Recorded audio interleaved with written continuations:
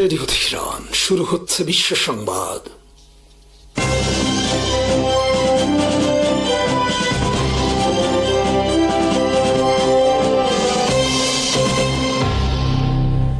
শুরুতেই সংবাদ শিরোনাম।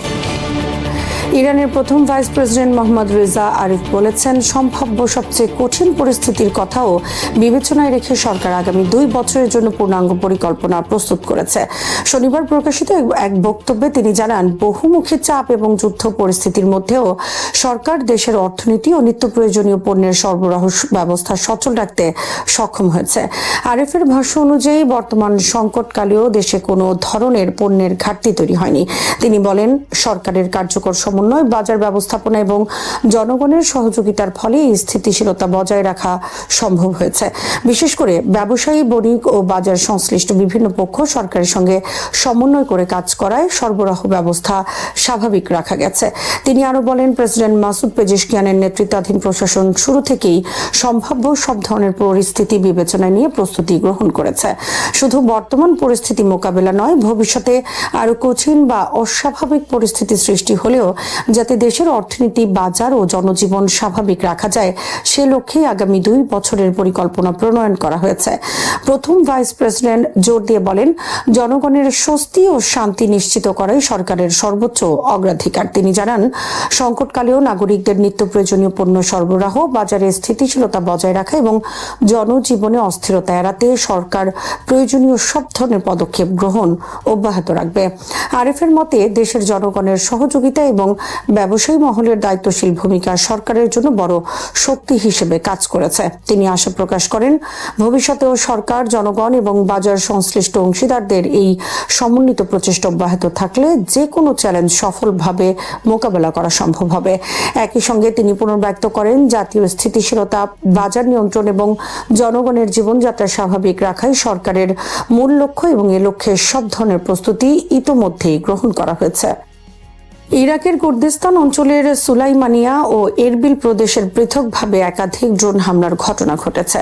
স্থানীয় সংবাদ মাধ্যমের খবরে বলা হয়েছে, আত্মঘাতী ড্রোন ব্যবহার করে সুলাইমানিয়া প্রদেশে অবস্থানরত বিচ্ছিন্নতাবাদী গোষ্ঠীগুলোর ঘাঁটি লক্ষ্য করে হামলা চালানো হয়। হামলার পরে একাধিক বিস্ফোরণের শব্দ প্রদেশের বিস্তীর্ণ এলাকা জুড়ে শোনা যায়, যা স্থানীয় বাসিন্দাদের মধ্যে আতঙ্ক সৃষ্টি করে। প্রতিবেদন অনুযায়ী হামলায় কোনো গোষ্ঠীকে লক্ষ্যবস্তু করা হয়েছে বা হতাহত সুনির্দিষ্ট তথ্য তাৎক্ষণিকভাবে প্রকাশ করা হয়নি। তবে স্থানীয় সূত্রগুলো জানায়, হামলার লক্ষ্য ছিল বিচ্ছিন্নতাবাদী সংগঠনগুলোর সামরিক অবস্থান ও স্থাপনা। একই সময়ে এরবিল প্রদেশ থেকেও একাধিক শক্তিশালী বিস্ফোরণের খবর পাওয়া যায়। বিভিন্ন সংবাদ মাধ্যম জানিয়েছে, এরবিল শহরের উপকণ্ঠে অবস্থিত বিচ্ছিন্নতাবাদী দল ও সশস্ত্র গোষ্ঠীগুলোর আশ্রয়কেন্দ্র এবং অবস্থান লক্ষ্য করে ড্রোন হামলা চালানো হয়। বিস্ফোরণের তীব্রতায় আশপাশের এলাকায় কম্পন অনুভূত হয় এবং নিরাপত্তা বাহিনী তাৎক্ষণিকভাবে সতর্ক অবস্থান গ্রহণ করে।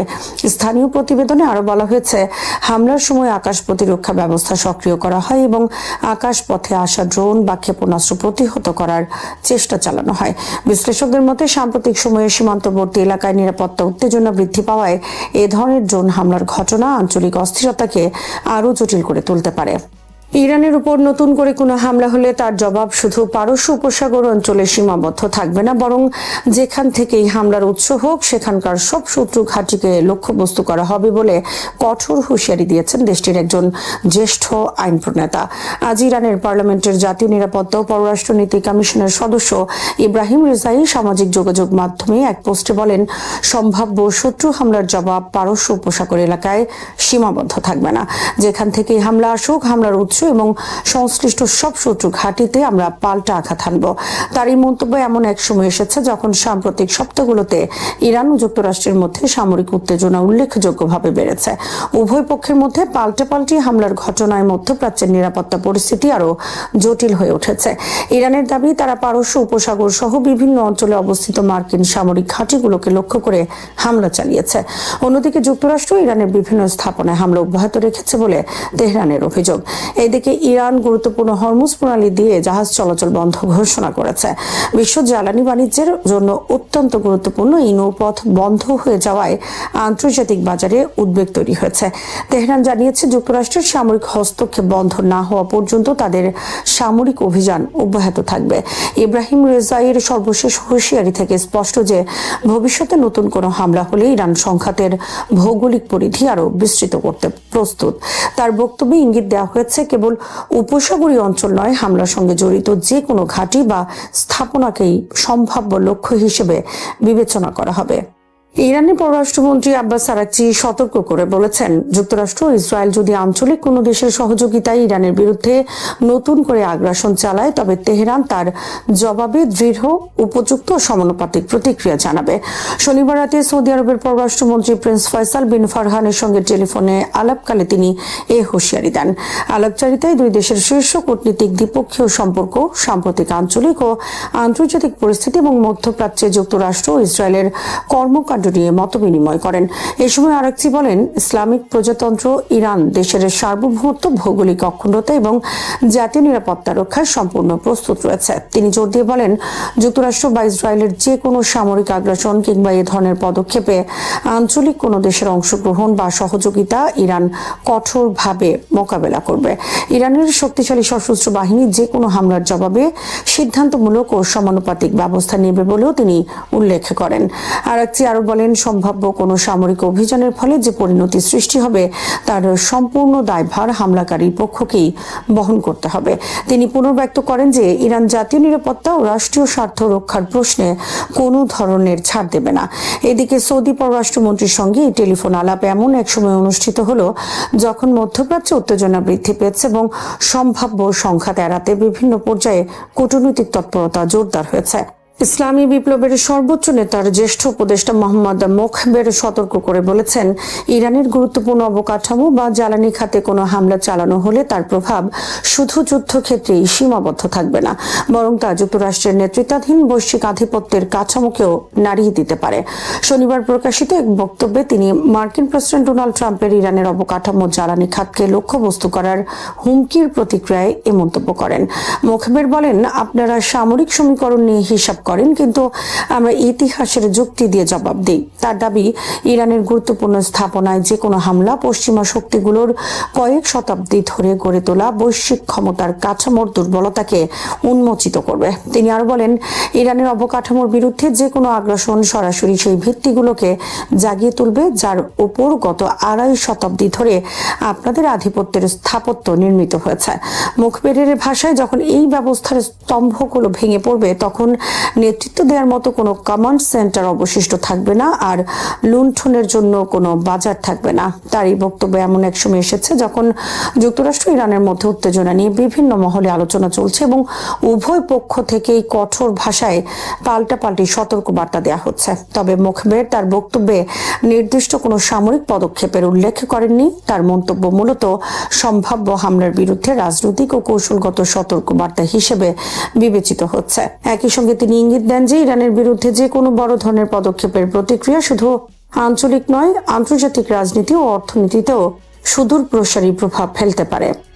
যুক্তরাষ্ট্রের প্রেসিডেন্ট ডোনাল্ড ট্রাম্প ঘোষণা করেছেন, ইরানের বিরুদ্ধে পরিকল্পিত সামরিক হামলা তিনি আপাতত স্থগিত করেছেন। তবে তিনি স্পষ্ট করে বলেছেন, দ্রুত একটি সমঝোতা চুক্তি সম্পন্ন করা সম্ভব হলে তবেই এই সিদ্ধান্ত বহাল থাকবে। অর্থাৎ কূটনৈতিক প্রচেষ্টা ব্যর্থ হলে সামরিক বিকল্প আবারও বিবেচনায় আসতে পারে। ট্রাম্পের দাবি, ইরান সহ মধ্যপ্রাচ্যের কয়েকটি দেশ যুক্তরাষ্ট্রকে সম্ভাব্য হামলা থেকে বিরত থাকার আহ্বান জানিয়েছে। তিনি আরো বলেন, একটি সম্ভাব্য চুক্তির মূল কাঠামো বা পরিধি নিয়ে নীতিগত সমঝোতা হয়েছে। এর মধ্যে কৌশলগতভাবে অত্যন্ত গুরুত্বপূর্ণ হরমুজ প্রণালীতে জাহাজ চলাচল স্বাভাবিকভাবে পুনরায় চালুর বিষয়টিও অন্তর্ভুক্ত রয়েছে। বিশ্ব জ্বালানি সরবরাহের অন্যতম প্রধান রুট হওয়ায় হরমুজ প্রণালীর নিরাপত্তা আন্তর্জাতিক বাজারের জন্য অত্যন্ত গুরুত্বপূর্ণ। ট্রাম্পের এই ঘোষণার ঠিক আগে ইরানের পররাষ্ট্রমন্ত্রী আব্বাস আরাকচি কঠোর সতর্কবার্তা দেন। তিনি বলেন, যুক্তরাষ্ট্র বা ইসরায়েলের যে কোনো ধরনের আগ্রাসন ইরান দৃঢ় ও পরিস্থিতি অনুযায়ী সিদ্ধান্তমূলক এবং সমানুপাতিক জবাবের মাধ্যমে মোকাবেলা করবে।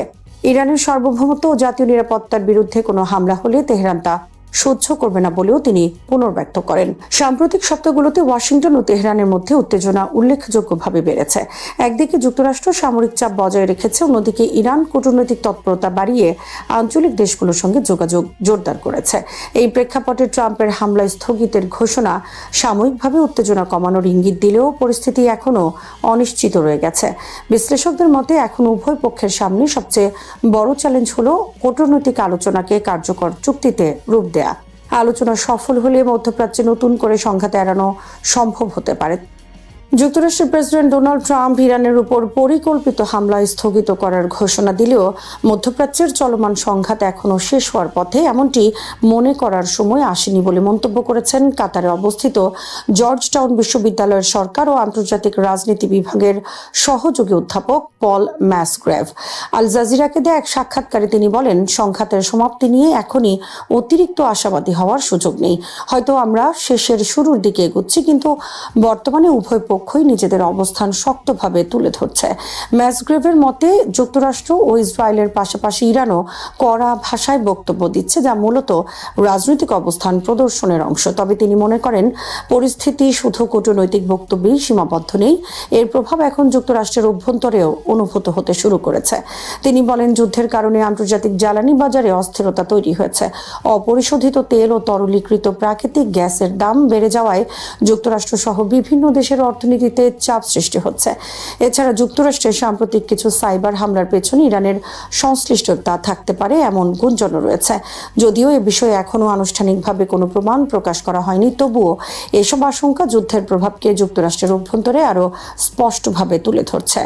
ম্যাসগ্রেভ আরও বলেন, প্রেসিডেন্ট ট্রাম্প এবং ইরানের নেতৃত্ব উভয়ই রাজনৈতিক বাস্তবতা সম্পর্কে সচেতন, কারণ সামনে যুক্তরাষ্ট্র ও ইসরায়েলে গুরুত্বপূর্ণ নির্বাচন রয়েছে।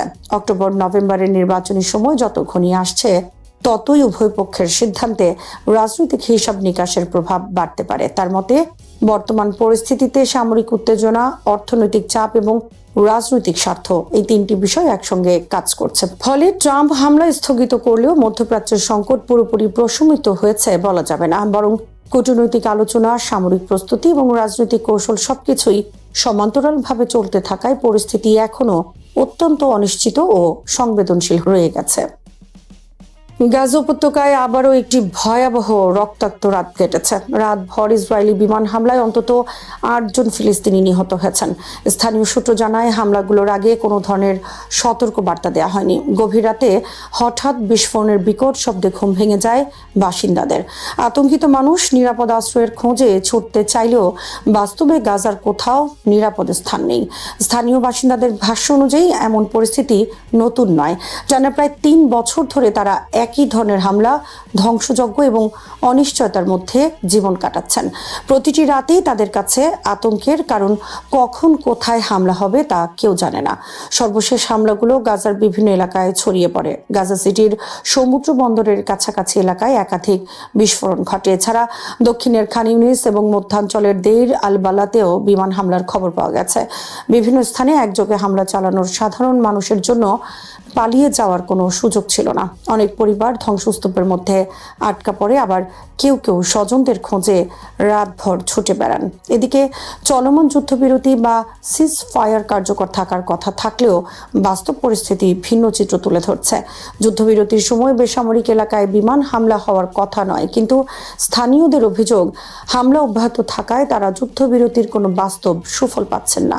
প্রতিদিনই নতুন করে প্রাণহানি, আহতদের সংখ্যা বৃদ্ধি এবং অবকাঠামোর ক্ষয়ক্ষতি ঘটছে। মানবিক পরিস্থিতিও দিন দিন আরো সংকটাপন্ন হয়ে উঠছে। নিরাপদ আশ্রয়, খাদ্য, বিশুদ্ধ পানি ও চিকিৎসা সেবার সংকটে লাখো মানুষ চরম দুর্ভোগে রয়েছেন। আন্তর্জাতিক মহলের পক্ষ থেকে যুদ্ধবিরতি কার্যকর রাখা এবং বেসামরিক মানুষের নিরাপত্তা নিশ্চিত করার আহ্বান জানানো হলেও গাজার সাধারণ মানুষের জন্য বাস্তবতা এখনও ভয়, অনিশ্চয়তা এবং অব্যাহত সহিংসতায় ঘেরা। ইরানের ভারপ্রাপ্ত প্রতিরক্ষা মন্ত্রী ব্রিগেডিয়ার জেনারেল সৈয়দ মাজিদ ইবনে রেজা বলেছেন, শত্রুপক্ষের কোনো হুমকিকেই তেহরান হালকাভাবে নিচ্ছে না। তিনি জানান, সাম্প্রতিক সময়ে ইরানের বিরুদ্ধে দেয়া বিভিন্ন বক্তব্যকে কেবল মনস্তাত্ত্বিক চাপ সৃষ্টির প্রচেষ্টা হিসেবে দেখলেও দেশটি সেগুলোকে বাস্তব হুমকি হিসেবেই বিবেচনা করছে এবং সেই অনুযায়ী প্রতিরক্ষা প্রস্তুতি আরও জোরদার করছে। আজ এক বক্তব্যে তিনি বলেন, বর্তমান পরিস্থিতিতে শত্রুপক্ষের বক্তব্য মনস্তাত্ত্বিক যুদ্ধ এবং হিসাব নিকাশের যুদ্ধের অংশ হলেও ইরান কখনোই আত্মতুষ্টিতে ভোগে না, বরং প্রতিটি সম্ভাব্য হুমকিকে গুরুত্বের সঙ্গে মূল্যায়ন করে প্রয়োজনীয় সামরিক ও প্রতিরক্ষামূলক ব্যবস্থা গ্রহণ করা হচ্ছে। ব্রিগেডিয়ার জেনারেল ইবনে রেজা বলেন, আমরা কখনোই অপ্রস্তুত অবস্থায় থাকি না এবং নিষ্ক্রিয় নই। প্রতিটি হুমকিকে আমরা আমাদের প্রস্তুতি আরও বাড়ানোর, প্রতিরোধ সক্ষমতা শক্তিশালী করার এবং সামরিক শক্তি উন্নত করার ভিত্তি হিসেবে ব্যবহার করি।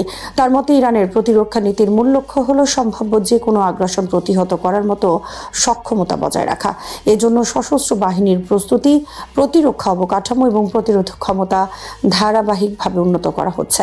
বিশ্লেষকদের মতে মধ্যপ্রাচ্যে চলমান উত্তেজনা, যুক্তরাষ্ট্র ও ইসরায়েলের সঙ্গে বিরোধ এবং সাম্প্রতিক নিরাপত্তা পরিস্থিতির প্রেক্ষাপটে ইরানের এই বক্তব্য বিশেষ তাৎপর্য বহন করে। তেহরান বারবার দাবি করে আসছে তারা যুদ্ধ চায় না, তবে দেশের সার্বভৌমত্ব ও জাতীয় নিরাপত্তার বিরুদ্ধে যে কোনো পদক্ষেপের জবাব দিতে তাদের সশস্ত্র বাহিনী সর্বদা প্রস্তুত। যুক্তরাষ্ট্রের উস্কানিমূলক পদক্ষেপের পরিণতি নিয়ে পাকিস্তান ও তুরস্ককে সতর্ক করলেন আরাকচি। ইরানের পররাষ্ট্রমন্ত্রী আব্বাস আরাকচি যুক্তরাষ্ট্রের সম্ভাব্য সামরিক পদক্ষেপ ও মধ্যপ্রাচ্যে ক্রমবর্ধমান উত্তেজনা নিয়ে পাকিস্তান ও তুরস্কের শীর্ষ নেতাদের সতর্ক করেছেন। রোববার পাকিস্তানের সেনাপ্রধান ফিল্ড মার্শাল আসিম মনির এবং তুরস্কের পররাষ্ট্রমন্ত্রী হাকান ফিদানের সঙ্গে পৃথক টেলিফোন আলাপে তিনি আঞ্চলিক নিরাপত্তা পরিস্থিতি নিয়ে বিস্তারিত আলোচনা করেন। আলাপচারিতায় আরাকচি বলেন, যুক্তরাষ্ট্রের আগ্রাসী ও স্থিতিশীলতামূলক কর্মকাণ্ড পুরো অঞ্চলের নিরাপত্তাকে ঝুঁকির মুখে ফেলতে পারে। তার মতে এই ধরনের পদক্ষেপ মধ্যপ্রাচ্যে নতুন করে উত্তেজনা, সংঘাত এবং অনিশ্চয়তা সৃষ্টি করবে, যার প্রভাব শুধু ইরান নয়, আশপাশের দেশগুলোর উপরও পড়তে পারে। ইরানের পররাষ্ট্রমন্ত্রী যুক্তরাষ্ট্রকে যে কোনো দুঃসাহসিক সামরিক পদক্ষেপ থেকে বিরত থাকার আহ্বান জানান। তিনি স্পষ্টভাবে সতর্ক করে বলেন, ইরানের সার্বভৌমত্ব ও জাতীয় নিরাপত্তার বিরুদ্ধে কোনো ধরনের আগ্রাসন চালানো হলে তেহরান তার উপযুক্ত ও চূড়ান্ত জবাব দিতে প্রস্তুত রয়েছে। তিনি জোর দিয়ে বলেন, ইরান কোনো হুমকির কাছে নতি স্বীকার করবে না এবং নিজেদের নিরাপত্তা নিশ্চিত করতে প্রয়োজনীয় সব ব্যবস্থা গ্রহণ করবে। পাকিস্তানের সেনাপ্রধান ও তুরস্কের পররাষ্ট্রমন্ত্রীর সঙ্গে আলোচনায় আরাকচি কূটনৈতিক যোগাযোগ ও আঞ্চলিক সমন্বয়ের গুরুত্ব তুলে ধরেন। তিনি বলেন, বর্তমান পরিস্থিতিতে সংঘাত এড়াতে সংশ্লিষ্ট দেশগুলোর মধ্যে সংলাপ ও সহযোগিতা বাড়ানো প্রয়োজন। বিশ্লেষকদের মতে যুক্তরাষ্ট্র ইরানের মধ্যে চলমান উত্তেজনার প্রেক্ষাপটে তেহরানের এই কূটনৈতিক তৎপরতা আঞ্চলিক সমর্থন জোরদারের একটি প্রচেষ্টা। একই সঙ্গে ইরান আন্তর্জাতিক মহলকে জানিয়ে দিতে চাইছে যে কোনো সামরিক চাপ বা হামলার জবাব দিতে দেশটি প্রস্তুত এবং পরিস্থিতি আরও অবনতির দায় যুক্তরাষ্ট্রের উপরই বর্তাবে বলে তাদের দাবি। ফিলিস্তিনি সশস্ত্র গোষ্ঠী হামাস গাজায় তাদের অস্ত্র হস্তান্তরের সম্মত হয়েছে। এমন ঘোষণার পর যুক্তরাষ্ট্রের প্রেসিডেন্ট ডোনাল্ড ট্রাম্প এটিকে বড় কূটনৈতিক সাফল্য হিসেবে তুলে ধরেছেন। তবে এই চুক্তির আরেকটি গুরুত্বপূর্ণ শর্ত হলো ইসরায়েলকে ধাপে ধাপে গাজা থেকে সেনা প্রত্যাহার করতে হবে এবং প্রশাসনিক দায়িত্ব একটি ফিলিস্তিনি কর্তৃপক্ষের কাছে হস্তান্তর করতে হবে। এই শর্তই এখন ইসরায়েলের রাজনীতিতে তীব্র বিতর্ক সৃষ্টি করেছে। যদিও ট্রাম্প দাবি করেছেন ইসরায়েল এই চুক্তিতে খুবই সন্তুষ্ট, বাস্তবে ইসরায়েলি সরকারের অবস্থান অনেক বেশি সতর্ক। দেশটির এক জ্যেষ্ঠ কর্মকর্তা নাম প্রকাশ না করার শর্তে জানিয়েছেন, হামাসের বাস্তব ও সম্পূর্ণ নিরস্ত্রীকরণ নিশ্চিত হওয়ার আগে ইসরায়েল গাজায় তাদের সামরিক অবস্থান থেকে সরে আসবে না। অর্থাৎ আনুষ্ঠানিকভাবে চুক্তিকে অস্বীকার না করলেও সেনা প্রত্যাহারের বিষয়ে সরকার এখনই কোনো প্রতিশ্রুতি দিচ্ছে না। এই হামলার পেছনে রয়েছে ইসরায়েলের অভ্যন্তরীণ রাজনীতির কঠিন বাস্তবতা। 2023 সালের 7 অক্টোবর হামাসের হামলার পর দেশটির জনমতের একটি বড় অংশ গাজার প্রতি অত্যন্ত কঠোর অবস্থান গ্রহণ করেছে। সাম্প্রতিক এক জরিপে দেখা গেছে অধিকাংশ ইহুদি ইসরায়েলি গাজা থেকে ফিলিস্তিনিদের জোরপূর্বক সরিয়ে দেওয়ার ধারণাকে সমর্থন করেন। আবার অনেকেই মনে করেন গাজার সাধারণ জনগণের মধ্যেও নির্দোষ কেউ নেই। এমন পরিস্থিতিতে গাজা থেকে সেনা প্রত্যাহার বা পুনর্গঠনের উদ্যোগ রাজনৈতিকভাবে অত্যন্ত স্পর্শকাতর হয়ে উঠেছে। ইসরায়েলের কট্টরপন্থী জাতীয় নিরাপত্তা মন্ত্রী ইতামার বেন গাভির এই চুক্তিকে সরাসরি অগ্রহণযোগ্য বলে আখ্যা দিয়েছেন। তার মতে হামাসের নেতাদের বিরুদ্ধে অভিযান বন্ধ করা মানে ভবিষ্যতে আরেকটি হামলার সুযোগ করে দেয়া। তিনি গাজায় সামরিক অভিযান অব্যাহত রাখা এবং ফিলিস্তিনিদের দেশ ত্যাগে উৎসাহ দেওয়ার পক্ষে মত দিয়েছেন। আন্তর্জাতিক মহলে এই ধরনের বক্তব্যকে অনেকেই জাতিগত নিধন বা জোরপূর্বক বাস্তুচ্যুতির ইঙ্গিত হিসেবে দেখেন। শুধু কঠোরপন্থীরাই নয়, তুলনামূলক মধ্যপন্থী রাজনীতিবিদদের মধ্যেও সন্দেহ রয়েছে। সাবেক সেনাপ্রধান ও প্রধানমন্ত্রী বেনিয়ামিন নেতানিয়াহুর রাজনৈতিক প্রতিদ্বন্দ্বী গাদি আইজানকোট বলেছেন, হামাসের সামরিক ও রাজনৈতিক সক্ষমতা পুরোপুরি ধ্বংস না করে যুদ্ধ শেষ করা হবে বড় ধরনের ব্যর্থতা। তার দাবি, হামাস এখনো উল্লেখযোগ্য সামরিক সক্ষমতা ধরে রেখেছে। এসব কারণেই প্রধানমন্ত্রী বেনিয়ামিন নেতানিয়াহু অত্যন্ত কঠিন রাজনৈতিক সমীকরণের মুখে পড়েছেন। আগামী অক্টোবরের নির্বাচনকে সামনে রেখে তিনি এমন কোনো সিদ্ধান্ত নিতে চান না যাতে তার ডানপন্থী জোট ভেঙে যায়। একই সঙ্গে তার বিরুদ্ধে চলমান দুর্নীতির মামলাগুলোর রাজনৈতিক প্রভাবও রয়েছে। অনেক বিশ্লেষকদের মতে নির্বাচনের জয় নেতানিয়াহুর জন্য ব্যক্তিগতভাবে অত্যন্ত গুরুত্বপূর্ণ। রাজনৈতিক বিশ্লেষক ডালিয়া শেলডলিনের মতে নেতানিয়াহুর প্রধান বিবেচনা জাতীয় ট্র্যাজেডি নয়, বরং ক্ষমতায় টিকে থাকা। তিনি এমন কোনো পদক্ষেপ নিতে চাইবেন না যাতে তার জোট সঙ্গীরা ক্ষুব্ধ হন। তবে একই সঙ্গে যুক্তরাষ্ট্রকেও অসন্তুষ্ট করা তার জন্য ঝুঁকিপূর্ণ। ফলে তিনি হয়তো গাজার ভেতরে সীমিত বা প্রতীকী সেনা পুনর্বিন্যাস করতে পারেন, কিন্তু সম্পূর্ণ প্রত্যাহারে যাবেন না। অন্যদিকে যুক্তরাষ্ট্র ইসরায়েলের উপর চাপ বাড়াচ্ছে। ট্রাম্প প্রশাসনের এক কর্মকর্তা সতর্ক করে বলেছেন, চুক্তি বাস্তবায়নে ইসরায়েল পিছিয়ে গেলে প্রেসিডেন্ট ট্রাম্প খুবই হতাশ হবেন। মধ্যপ্রাচ্যে যুক্তরাষ্ট্রের কৌশলগত পরিকল্পনা এবং সম্ভাব্য সৌদি ইসরায়েল সম্পর্ক স্বাভাবিকীকরণের মতো বড় কূটনৈতিক লক্ষ্য এই ইস্যুর সঙ্গে জড়িত। বিশ্লেষক ডব ওয়াক্সম্যানের মতে, নেতানিয়াহু যদি প্রকাশ্যে চুক্তির বিরোধিতা করেন তাহলে ট্রাম্পের সঙ্গে তার সম্পর্ক ক্ষতিগ্রস্ত হতে পারে। অথচ নির্বাচনের আগে যুক্তরাষ্ট্রের সমর্থন তার জন্য অত্যন্ত গুরুত্বপূর্ণ। আবার চুক্তিকে পুরোপুরি সমর্থন করলে নিজের ডানপন্থী ভোট ব্যাংক ও জোট সঙ্গীদের বিরূপ প্রতিক্রিয়ার মুখে পড়তে পারেন। ইসরায়েলি বিশ্লেষক নিমরোদ গোরেন মনে করেন, নেতানিয়াহু অতীতে এমন পরিস্থিতি দক্ষতার সঙ্গে সামাল দিয়েছেন। তিনি হয়তো ট্রাম্পকে কূটনৈতিক সাফল্যের সুযোগ দেবেন, আনুষ্ঠানিকতা সম্পন্ন করবেন এবং ইতিবাচক বার্তাও দেবেন, কিন্তু বাস্তবে গাজা থেকে পূর্ণ সেনা প্রত্যাহারের সম্ভাবনা খুবই কম। বরং নির্বাচনের আগে নিরাপত্তা ইস্যুকে সামনে রেখে সামরিক উপস্থিতি আরও জোরদার করার সম্ভাবনাই বেশি। সব মিলিয়ে বর্তমান পরিস্থিতি ইঙ্গিত দেয়, হামাসের নিরস্ত্রীকরণ নিয়ে আলোচনা এগোলেও গাজা থেকে ইসরায়েলের পূর্ণ সেনা প্রত্যাহার এখনো বাস্তবসম্মত নয়। নেতানিয়াহুকে একদিকে যুক্তরাষ্ট্রের প্রত্যাশা, অন্যদিকে নিজের জোটের চাপ এবং জনমতের মধ্যে ভারসাম্য বজায় রাখতে হবে। ফলে কূটনৈতিক অগ্রগতির ঘোষণা থাকলেও বাস্তবায়নের পথে সবচেয়ে বড় বাধা হয়েছে ইসরায়েলের অভ্যন্তরীণ রাজনৈতিক বাস্তবতা এবং নিরাপত্তা সংক্রান্ত অবস্থান। মধ্যপ্রাচ্যে টানা কয়েক মাসের সংঘাতের ফলে যুক্তরাষ্ট্রের ক্ষেপণাস্ত্র প্রতিরক্ষা সক্ষমতা উল্লেখযোগ্য চাপের মুখে পড়েছে। দেশটির প্রতিরক্ষা বিভাগ পেন্টাগনের হাতে থাকা গুরুত্বপূর্ণ ক্ষেপণাস্ত্র প্রতিরোধী ইন্টারসেপ্টরের মজুদ দ্রুত কমে যাওয়ায় ভবিষ্যতে একই মাত্রার সামরিক অভিযান ও প্রতিরক্ষা কার্যক্রম চালিয়ে যাওয়া নিয়ে উদ্বেগ তৈরি হয়েছে। এমন তথ্য প্রকাশ করেছে মার্কিন সংবাদ মাধ্যম ফক্স নিউজ, যা গবেষণা প্রতিষ্ঠান center for strategic and international স্টাডিজের বিশ্লেষণের উপর ভিত্তি করে প্রতিবেদনটি তৈরি করা হয়েছে। প্রতিবেদন অনুযায়ী সংঘাত শুরুর আগে যুক্তরাষ্ট্রের প্যাট্রিয়ট ক্ষেপণাস্ত্র প্রতিরক্ষা ব্যবস্থার প্রায় 2300টি ইন্টারসেপ্টর মজুদ ছিল, কিন্তু দীর্ঘ সময় ধরে মধ্যপ্রাচ্যের প্রতিরক্ষামূলক অভিযানে এগুলো ব্যবহারের ফলে সেই সংখ্যা কমে বর্তমানে 827টিরও নিচে নেমে এসেছে। একইভাবে terminal high altitude area defence THAAD ব্যবস্থার ইন্টারসেপ্টর মজুদেও বড় ধরনের পতন দেখা গেছে। আগে যেখানে 452টি ইউনিট ছিল, বর্তমানে তা কমে 278টিরও নিচে নেমে এসেছে বলে প্রতিবেদনে উল্লেখ করা হয়েছে। সিএসআইএস সতর্ক করে বলেছে, এই গুরুত্বপূর্ণ প্রতিরক্ষা সরঞ্জামের মজুদ পুনরায় আগের অবস্থায় ফিরিয়ে আনতে অন্তত 3 বছর সময় লাগতে পারে। ফলে যদি এই সময়ে প্রশান্ত মহাসাগরীয় অঞ্চল সহ অন্য কোনো কৌশলগত এলাকায় নতুন নিরাপত্তা সংকট সৃষ্টি হয়, তাহলে বিদেশে অবস্থানরত মার্কিন সেনা ও সামরিক স্থাপনাগুলোর নিরাপত্তা নিশ্চিত করা যুক্তরাষ্ট্রের জন্য আরো কঠিন হয়ে উঠতে পারে। এই পরিস্থিতি মোকাবেলায় পেন্টাগন 2026 অর্থ বছরের জন্য প্রস্তাবিত $67 বিলিয়ন জরুরি প্রতিরক্ষা তহবিলের মধ্যে $18.2 বিলিয়ন বরাদ্দের পরিকল্পনা করেছে।